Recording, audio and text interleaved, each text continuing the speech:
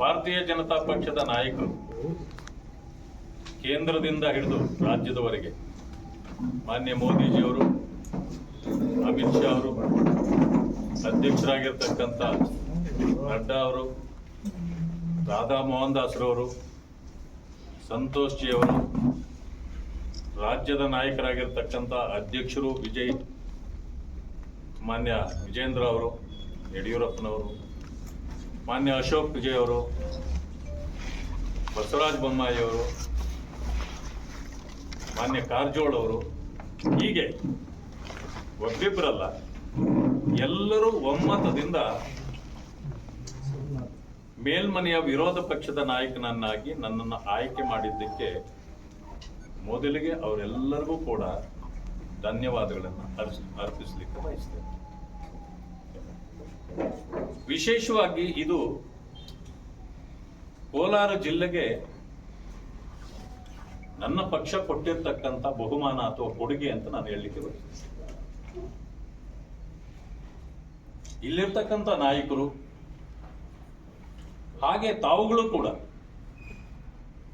ನಾನು ಶಾಸಕನಾಗಿ ಬಂದ ದಿವಸದಿಂದಲೂ ಕೂಡ ನನಗೆ ಸಹಕಾರ ಕೊಟ್ಟಿದ್ದೀರಿ, ಪ್ರೇರೇಪಿಸಿದ್ದೀರಿ, ಹುರಿದುಂಬಿಸಿದ್ದೀರಿ. ನಿಮ್ಮಂಥವರ ಈ ಒಂದು ಎನ್ಕರೇಜ್ಮೆಂಟ್ ಏನಂತೀವಿ, ಇದರಿಂದ ಇಡೀ ರಾಜ್ಯದಲ್ಲಿ ನನಗೂ ಕೂಡ ಹೆಚ್ಚಿನ ಸೇವೆ ಮಾಡಲಿಕ್ಕೆ ನನಗೆ ಅವಕಾಶ ಸಿಕ್ಕಿದೆ. ಇಲ್ಲಿರ್ತಕ್ಕಂಥ ನಾಯಕರು ಕೂಡ ನನಗೆ ಯಾವಾಗಲೂ ಕೂಡ ಬೆಂಬಲವಾಗಿ ನಿಂತಿದ್ದು ಪ್ರಶಂಸನೀಯ. ನಿಮಗೆಲ್ಲ ಗೊತ್ತಿದೆ, ನಾವೆಲ್ಲ ಒಂದು ಧೂಳಿನಿಂದ ಬಂದ ಜನ. ನಮಗೆ ಇತಿಹಾಸ ಇಲ್ಲ. ನಾನು ರಾಜಕೀಯಕ್ಕೆ ಬಂದಿದ್ದೆ ಇತಿಹಾಸ ಇಲ್ಲದೆ. ರಾಜಕೀಯ ಏನು ಅನ್ನೋದು ಕೂಡ ನನಗೂ ಗೊತ್ತಿರಲಿಲ್ಲ. ನಮಗೆ ಬೆಂಬಲವಾಗಿ ನಿಂತಿದ್ರೆ ಅದು ಅಂಬೇಡ್ಕರ್ ಅವರ ನುಡಿಗಳು ಅಷ್ಟೇ, ನಾವು ಅವ್ರನ್ನ ನೋಡಿಲ್ಲ. ಆದರೆ ಪ್ರೇರೇಪಣೆ ನಮಗೆ ಸಿಕ್ಕಿದ್ದು ಅಂಬೇಡ್ಕರ್ ಅವರ ತತ್ವ ಸಿದ್ಧಾಂತಗಳು. ನಾವು ಅಂದ್ಕೊಂಡ್ವಿ ನಾನು ಕೂಡ ರಾಜಕಾರಣ ಮಾಡಿದ್ರೆ ಒಳ್ಳೇದ. ಯಾಕೆ ಅಂತಂದ್ರೆ ನಾವು ಆ ದಿನಗಳಲ್ಲಿ ಕಂಡಾಗ ಇದ್ದ ರಾಜಕೀಯ ಬೇರೆ, ಇವತ್ತಿನ ರಾಜಕೀಯ ಬಹಳ ಬದಲಾಗಿದೆ. ಆ ಬದಲಾವಣೆ ರಾಜಕೀಯದಲ್ಲೂ ನಮ್ಮಂತವ್ರು ಉಳ್ಕೊಂಡಿದ್ದೀವಿ ಅಂತಂತಂದ್ರೆ ಬಹುಶಃ ನಾವೆಲ್ಲೋ ಮಾಡಿದ ಪುಣ್ಯ ಅಂತ ನಾವು ತಿಳ್ಕೊಳ್ಬೇಕು. ಅಥವಾ ನಾನು ಮಾಡಿದ್ದಲ್ಲ, ನನ್ನ ತಂದೆ ತಾಯಿಗಳು ಪಾಪ ಅವರು ಅನಕ್ಷರಸ್ಥರು. ನಾನು ರಾಜಕಾರಣಕ್ಕೆ ಬರ್ತೀನಿ ಅಂತ ಅವ್ರಿಗೆ ಗೊತ್ತಿರಲಿಲ್ಲ. ಅದಕ್ಕೆ ನಾನು ಸದನದಲ್ಲೂ ಕೂಡ ಈ ಮಾತನ್ನು ಹೇಳಿದ್ದೇನೆ. ನಾನು ಯೋಗ ನಂಬಿ ಬಂದವನಲ್ಲ ರಾಜಕಾರಣಕ್ಕೆ. ಆದರೆ ನನ್ನನ್ನು ಇವತ್ತು ನನ್ನ ಪಕ್ಷ ಗುರುತಿಸಿದ್ರೆ ಯೋಗ್ಯತೆಯ ಮೇಲೆ ನನ್ನನ್ನು ಗುರುತಿಸಿದ್ದಾರೆ ಅಂತಕ್ಕಂಥ ಭಾವನೆ ನನಗಿದೆ. ಬಹುದಿನಗಳ ಕಾಲ ನಾನು ಕಾಂಗ್ರೆಸ್ನಲ್ಲಿ ಕೆಲಸ ಮಾಡಿದ್ದೇನೆ, 40 ವರ್ಷಗಳ ಕಾಲ. ಆದರೆ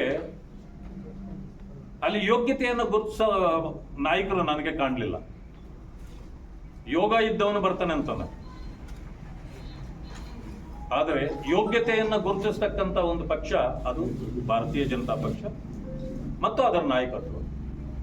ಆದ್ದರಿಂದ ಇದನ್ನು ಒತ್ತಿ ಹೇಳಿದ್ದೇನೆ. ಆಯ್ತು, ಏನೋ ನಾವು ಕೂಡ ರಾಜಕಾರಣಕ್ಕೆ ಬಂದಿದ್ದರಿಂದ ನನಗೂ ಅನಿಸಿತ್ತು, ಏನಪ್ಪ 40 ವರ್ಷ ಒಂದು ಇದರಲ್ಲಿ ನನ್ನ ಯೌವನವನ್ನೆಲ್ಲ ಕಳೆದು ಹೋಯ್ತಲ್ಲ, ಇನ್ನು ನನಗೆ ಭವಿಷ್ಯ ಇಲ್ಲ ಬೇರೆ ರೀತಿಯ ತೀರ್ಮಾನ ತಗೊಳ್ಬೇಕು, ಇಲ್ಲಂತಂದ್ರೆ ರಾಜಕೀಯದಿಂದ ನಾವು ದೂರ ಆಗಬೇಕು, ಈ ಯೋಚನೆಗೆ ಬಿದ್ದಿದ್ದೆ ನಾನು. ಆದರೆ ಯಡಿಯೂರಪ್ಪನವರು ನನ್ನನ್ನು ಕರೆಸಿ ಹೇಳಿದ್ರು, ಬನ್ನಿ ನಮ್ಮ ಪಕ್ಷಕ್ಕೆ, ನಾವು ನಿಮ್ಮ ಜೊತೆಯಲ್ಲಿರ್ತೇವೆ, ನಾನು ನಂಬಿದವರನ್ನ ಕೈ ಬಿಡೋದಿಲ್ಲ ಅಂತ ಹೇಳಿದ್ರು. ಅದೇ ರೀತಿಯಲ್ಲಿ ಇವತ್ತು ನನಗೆ ನನ್ನ ಯೋಗ್ಯತೆಯನ್ನು ಗುರುತಿಸಿ ಸ್ಥಾನಮಾನಗಳನ್ನು ಪಕ್ಷ ಕೊಟ್ಟಿದೆ. ಇದರಿಂದ ರಾಜ್ಯದ ಜನರಿಗೆ ಅವರು ಸೇವೆ ಮಾಡತಕ್ಕಂಥ ಒಂದು ಭಾಗ್ಯ ಭಾರತೀಯ ಜನತಾ ಪಕ್ಷ ಕೊಟ್ಟಿದೆ.